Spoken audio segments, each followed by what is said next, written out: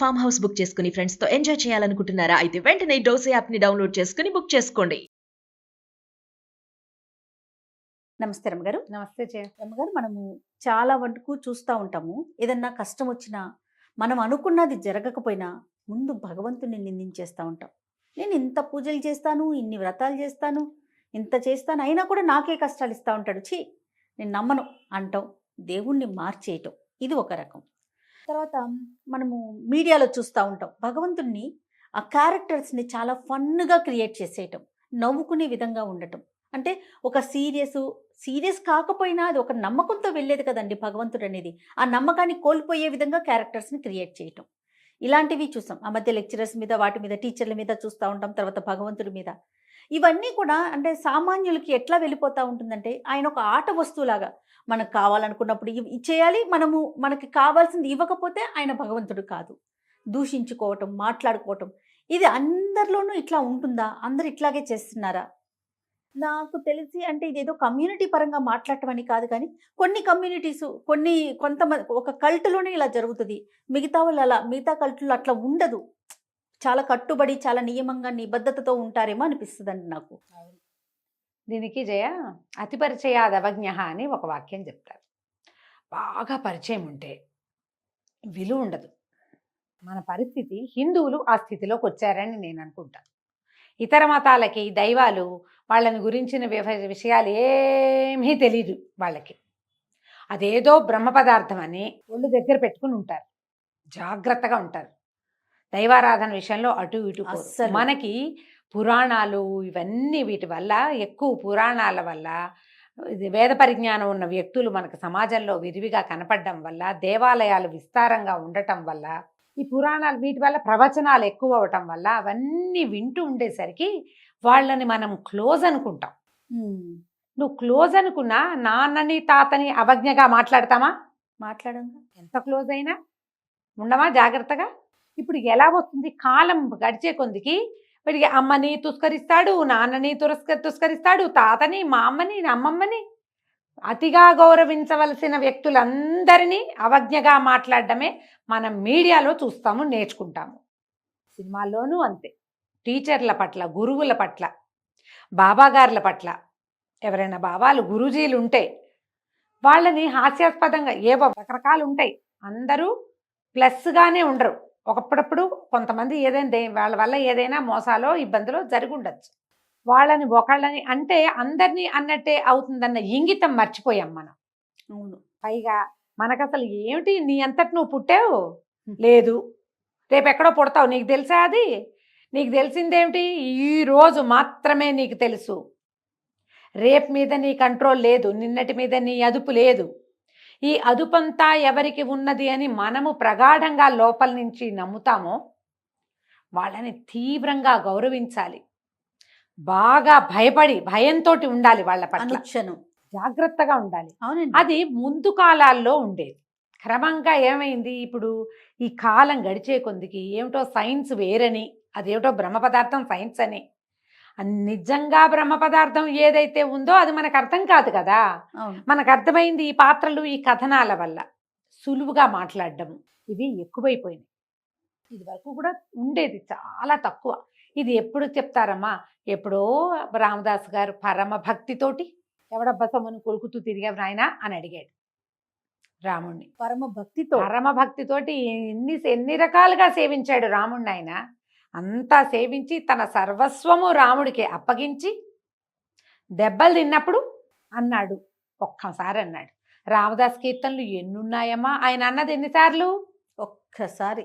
అది కూడా మామూలు స్థితిలో కాదు, సావు కొడుతుంటే అది కూడా, నీకు ఇవి చేయించాను, మీ ఆవిడికి ఇవి చేయించాను, నీ భార్యకి, నీ తమ్ముళ్ళకి ఇవి చేయించాను, ఇంత విశేషంగా చేస్తే నువ్వు హాయిగా పెట్టుకుని తిరుగుతున్నావు తండ్రి, నాకు ఈ దెబ్బలు తగులుతున్నాయి, దెబ్బల కోర్చగతి అన్నాను కానీ ఇంకొకటి కాదు అని అందులోనే క్షమాపణ చెప్పుకుంటే రామదాస్ తిట్లేదంటే, నువ్వెవడివి రామదాస్కి నీకు పోలిక? ఆయన కాదు, డైరెక్ట్ గా మాట్లాడతాడు. ఆయన కాలిగోటికి కాదమ్మా, ఆ గోరు తీసి చెడిపోయి విరిగిపోతే బయట పారేసిన గోరు ముక్కతో సమానం కూడా కాదు మనం.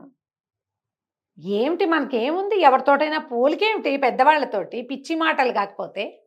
అవును రాము గారు. రామదాస్ తిట్టడం ఏమిటి? అసలు రామదాసు అని అనొచ్చా మనం? రామదాసు గారు అనే అనాలి. అనాలి, కరెక్ట్ అండి. ఆయన ఏమిటి మన పక్కింటాయన్ని చేసుకుంటే ఎట్లాగమ్మా చెప్పు? అవునండి. ఇప్పుడు వారి లెవెల్ ఏంటి? మనుషుల స్థాయి ఏమిటి? మన స్థాయి ఏమిటి? కనీసం ఎవరికైనా తీసి మనకు వచ్చిన దాంట్లో ఎవడి వల్ల వచ్చిందో కూడా వాడికి ఇవ్వమే మనం ఇప్పుడు. సమస్తము భగవంతుడికి ధారాదత్తం చేసేవాళ్ళు సామాన్యుల మనుషులా? వాళ్ళు దేవతలు కాదు మనుష్య రూపంలో. వాళ్ళ గురించి ఒక వెగటగా ఒక మాట అంటే బుద్ధి జ్ఞానం లేని మాటలు కాదు. అవునండి. వీళ్ళ మీద కేసులు పెట్టడం అక్షరాల కరెక్ట్ చేయాలి. నా మటుకు నేను అదే అనుకుంటా. ఇట్లా చేస్తేనే రేపొద్దున సినిమాలు తీసేవాళ్ళు, నాటకాలు ఆడేవాళ్ళు, ఇవి చిన్న చిన్న ఇవి చేసేవాళ్ళు, దేవుడి గురించి భగవంతు నామధేయాన్ని వెగటుగా ఉచ్చరించేవాళ్ళు, వీళ్ళందరికీ బుద్ధి వస్తుంది. జయ, నిజంగా నేను నాకు అర్థమైనంత వరకు వీళ్ళందరికీ పళ్ళు రాలుతూనే ఉంటాయి ఏదో ఒక సందర్భంలో. కానీ మనం చేసిన ఈ తప్పు, ఈ పిచ్చివాగుడు వల్లే మనకి ఇది వచ్చిందని గుర్తించరు. అందరికీ తగులుతాయి జయ దెబ్బలు. అవును రాము గారు. ఒక్క మాట అనకూడని మాట అంటే గ్యారంటీగా దెబ్బ తగులుతుంది. కానీ మనం ఈ మాట అన్నాం, దీనివల్ల ఇది జరిగింది అన్న ఇంగితము ఉండదు. ఇది లేకపోవటానికి కారణం ఏంటంటే చెప్పే కదా, భగవంతుడితోటి అమిత పరిచయం మనకి ఎక్కువ వినటం వల్ల. భక్తి శ్రద్ధలతోటి అప్పుడప్పుడు వినే అవకాశం ఉన్న కాలంలో జనాలకి భక్తి భయం ఉంది, భయము భక్తి ఉండేవి. ఇప్పుడు ఏమైంది? ఇదివరకు ఏం చేసేవాళ్ళమా? సంవత్సరానికి 2 సార్లు 3 సార్లు సీతా కళ్యాణం వినేవాళ్ళం, 2 సార్లు వినేవాళ్ళం అయిందా. అక్కడి నుంచి మన పాండవ ఉద్యోగ విజయాలు లాంటివి ఏడాదికి ఎక్కడో ఒక చోట, అంతేనా. రేడియోలో ఎప్పుడో వినేవాళ్ళం. రేడియోలో వస్తే ఇల్లు వాకిళ్ళు శుభ్రం చేసుకుని మధ్యాహ్నాలు ఎక్కడ అంట్ల గిన్నెలు కూడా లేకుండా సీతా కళ్యాణం పెట్టుకుని వినేవాళ్ళు జయ. అంత శ్రద్ధగా. మనకి ఇంకో అవకాశం లేదు. ఇప్పుడేమైంది? నువ్వు ఫోను నిమిషం నిమిషం వింటావు ప్రవచనం. నిమిషం నిమిషం విని విని విని విని విని రాముడు మీ ఇంట్లో వాడని, కృష్ణుడు మీ పక్కింటాయనని, ద్రౌపదీదేవి ద్రౌపదేవి, రుక్మిణీదేవి మన పెద్దక్కయ్యలో మేనమావ కూతుళ్ళో అని ఇలాంటి భావాల్లోకి వచ్చేస్తున్నాం. వీరిని మాట అనకూడదు, ఈ పేరు ఎత్తకూడదు, పేరు ఎత్తేందుకు కూడా మనకు అర్హత లేదు అన్న ఇంగితం పోయింది. కరెక్ట్ రాము గారు. 100 ప్రవచనాలు విని అన్నీ మనకు వచ్చు అనుకోవటం, వాటి మీద మళ్ళీ మాట్లాడటం. తర్వాత ఏమవుతుంది? రోజు మాట్లాడి మంచి మాటే మాట్లాడితే ఎట్లా, వెగటగా మాట్లాడాల్సి వచ్చినప్పుడు కూడా ఇవే పేర్లు తీసుకోవటం. అంతే కదా, అక్షర సత్యం. ఇదే జరుగుతోంది. పూర్వం అమ్మ తాతగారి పేరు పెడితే పిల్లలకి ఆ పేరుతో పిలిచేవాళ్ళు కాదు. ఆయన పేరుని ఆయన్ని గౌరవించేవారు. గౌరవించడం కోసం ఊరందరూ కూడా వాళ్ళకి వేరే పేరు ఉండేది. ఊరు వాళ్ళు కూడా ఆ పేరుని ఏదైనా కాగితాల మీద రాసేవాళ్ళు. కానీ పెద్ద ఆయన ఈ ఊరికి అన్నం పెట్టిన వాడు ఆయన పేరు ఎత్తకూడదని, ఆ పేరుని నోటితో పిలవకూడదని. ఇప్పుడు మీకు భగవంతుడు అంత సులువైపోవటం ఏమిటమ్మా కారణం? చెప్తున్నాగా, ఎంతసేపు వినడం, అన్నీ మాకు తెలుసు అనుకోవటం. ఏదైనా ఒక వాక్యం చెప్పాను, అదేంటండి మీరు ఇలా చెప్తారు, ఇలా కాదుటగా, అదటగా, అలా ఉందిటగా అని ప్రతి వాళ్ళని తాతకి దగ్గులు నేర్పినట్టు నేర్పుతూ ఉండటం. మీరు ఇలా చెప్పారు కానీ ఇది కాదు. అక్కడి నుంచి పురాణాల్లో ధర్మ సూక్ష్మాలని ప్రతి వాడు తన తల అద్దం చూసుకుని తప్ప దువ్వుకోలేని వాళ్ళందరూ కూడా వీటి మీద డిస్కషన్స్, అక్కడ ఉన్న ధర్మ సూక్ష్మాలు అవన్నీ మాట్లాడటం. ఆయన అక్కడికి ఎందుకు పంపించాడు, ఈయన ఇలా ఎందుకు చేశాడు, మీ వాడు నాన్ వెజిటేరియన్ తిన్నాడు అంటాడు ఇంకొక త్రాష్టుడు, తింటే తింటాడు, మీకేంటి అసలు. పైగా మన దేవుడని మనం చెప్పుకుంటున్న రాముడు మన కాలం నాటి వాడు కాదు, మనకి 2 యుగాల ముందరివాడు. ఆనాటి కథ ఏంటో మీకు తెలుసా? రామాయణంలో ఏముందో అది తప్ప, అది కూడా నీకంతా ఏం తెలుసు? నువ్వు ఎవరెవరి దగ్గర ఏమేమి ముక్కలు విన్నారో మనకు అదే తెలుసు. అతికించుకున్నాం కదా రమ్మగారు మనమంతా. అంతే, మనకి తెలియదు కదా, డైరెక్ట్ గా మనం ఏమైనా విన్నామా? వాల్మీకి మనకి ఏమైనా చెప్పారు? చెప్పలేదు. మధ్య భాగాలు వచ్చినాయి. అవి వచ్చిన దాంట్లో మీరు వినేదంతా మాట్లాడే వాళ్ళంతా వినరమ్మా, అవన్నీ చదవలేదు. వాల్మీకి ఆశాంతం చదివిన వాళ్ళు ఎవరు? పెద్దవాళ్ళు కొద్దిమందే. మిగిలిన వాళ్ళంతా ఈ పెద్దలు చెప్పిన సందర్భాల ప్రకారం ఆయా వాక్యాలు విని, ఇంకొకడు ఉన్నాడు మహానుభావుడు, నాతోటి మధ్య ఎప్పుడో డిస్కస్ చేశారు ఒక అతను. ఆయన ఇంగ్లీష్లో చదువుతాడు, ఇంగ్లీష్లో మీనింగు, ఆయనకి సంస్కృతము రాదు, తెలుగు రాదు. నువ్వు ఇంగ్లీష్ ద్వారా నువ్వు దీన్ని తెలుసుకుంటావు, దాని మీద ప్రశ్నిస్తావు. సరాసరి దాని నుంచి వాక్యార్థం తీసుకోవటం కానీ భావార్థం తత్వార్థం ఏమీ లేవు.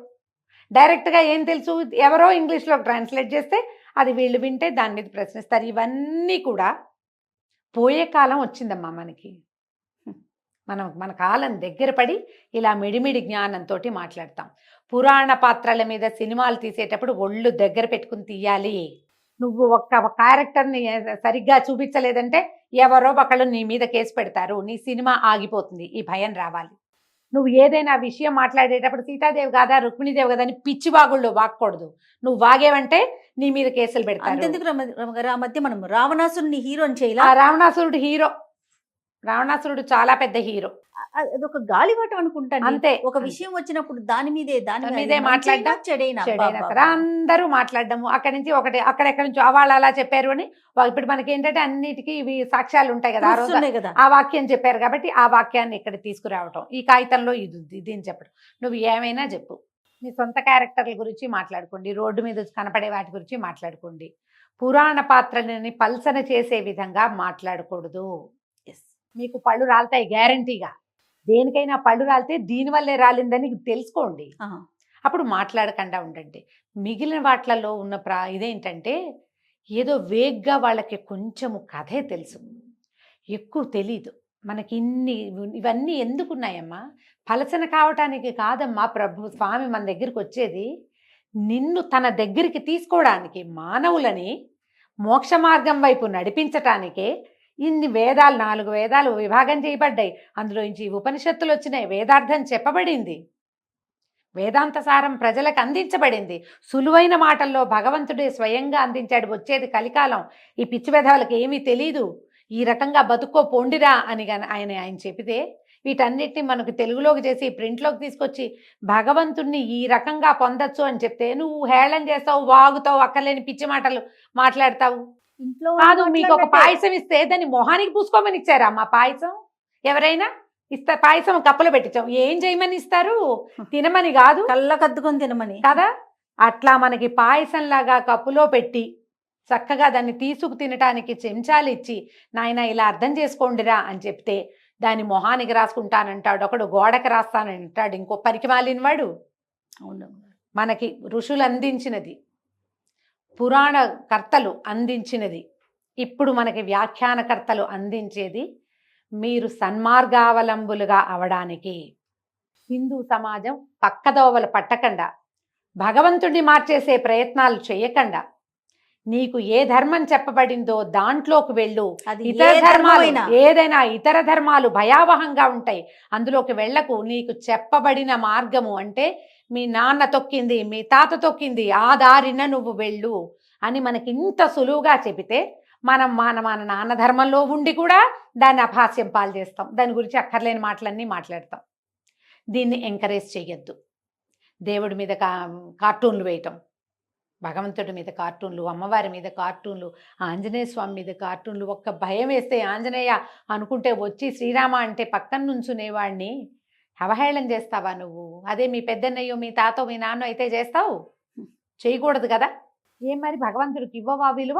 ఇవ్వద్దు. మిగిలిన వాళ్ళు దీన్ని ఇట్లా రాయంగానే, వాళ్ళు ఏదైనా ఒక జోక్ లాగా చూపించగానే ఈ పిచ్చి వేషాలు వేయొద్దు అని మొత్తం అందరూ పెట్టేయండి కామెంట్లు. ఇవి చెయ్యొద్దు, దీనివల్లే మనం ఇతరుల దగ్గర పలచనైపోతున్నాం. మన దైవం మన నాన్నని మనం రోడ్డు మీద పెడతామా? దాచుకోవద్దు, మన తండ్రిని గౌరవించుకోవద్దు. ఎందుకు అది తెలుసుకోరు? దయచేసి ఇన్ఫ్లుయెన్సర్స్ కానీ, సినిమాలు తీసే డైరెక్టర్లు, ప్రొడ్యూసర్లు, రైటర్లు ఎవరైనా సరే ఈ ధర్మాన్ని పెడదోవ పట్టించేలాంటి మార్గాన్ని తొక్కకండి. దానివల్ల మీకు డబ్బు వచ్చినా అది మీరు పైకి రావడానికి సుతరాము కాదు, మిమ్మల్ని వేరే మార్గానికి తీసుకుపోతుంది. అది ఇది శాపంలాగా వినపడిన అక్షరాల నిజం. శాపనార్థాలు పెడుతున్నాం అనుకోవద్దు. ఇది తప్పు, పొరపాటు. ఏముందో అది చెప్పండి. మీకు చెప్పడం రాదు, వాళ్ళు ఎవరో పెద్దవాళ్ళు చెప్తారు, వినండి కనీసము. జోలికి పోకండి, పోనీ దాటి జోలికి పోవద్దు. మీరు ఏం మాట్లాడాలన్నా సీత అంటారు, రుక్మిణి అంటారు, పాంచాలి అంటారు. ఏం మాటలు అవి? ఏం మాటలు? అవును రమ్మగారు, అక్కర్లేని మాటలు కదా. ఇలాంటివి చేసేటప్పుడు కనీసం పురాణ పాత్రలని, భగవంతుడి అంశావతారాలుగా భావించబడే స్వరూపాలని గురించి కానీ వెగటు మాటలు మానేయండి. ఎవరైనా మాట్లాడితే వాళ్ళని ప్రోత్సహించద్దు. నమస్తే. నమస్తే.